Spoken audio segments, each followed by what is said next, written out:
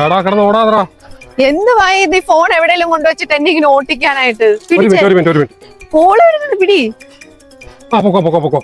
ആ ദാസാ. എന്തുവാ അങ്ങേരിത് കണ്ണാടിയും കൊണ്ട്? ചേട്ടാ ചായ. ആ ഒരു മിനിറ്റ്. പൊക്കോ. നിനക്ക് പഠിക്കാവുന്നില്ലേ? നിനക്ക് പഠിക്കാല്ലേ? എണീക്കടി, പോയി ഇരുന്ന് പടിയടി. ആ കളിച്ചോണ്ടിരിക്കോ അവളുമാര്. പയ്യെ പോടാ കൊച്ചെ.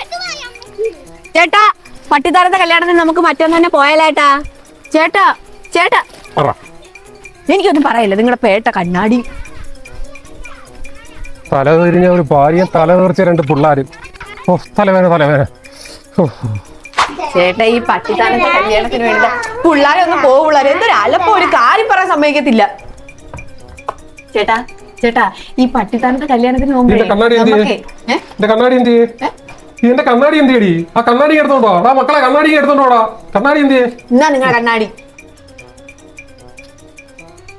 അല്ല ഞാൻ ഒരു കാര്യം ചോദിക്കട്ടെ, എപ്പ നോക്കിയാലും നിങ്ങൾ എന്നെ കാണുമ്പോ മാത്രം എന്താ കണ്ണാടി വെക്കുന്നത്? നേരത്തെ പത്രം വായിച്ചപ്പോ ഒന്നും കണ്ണാടി വെച്ചില്ലല്ലോ.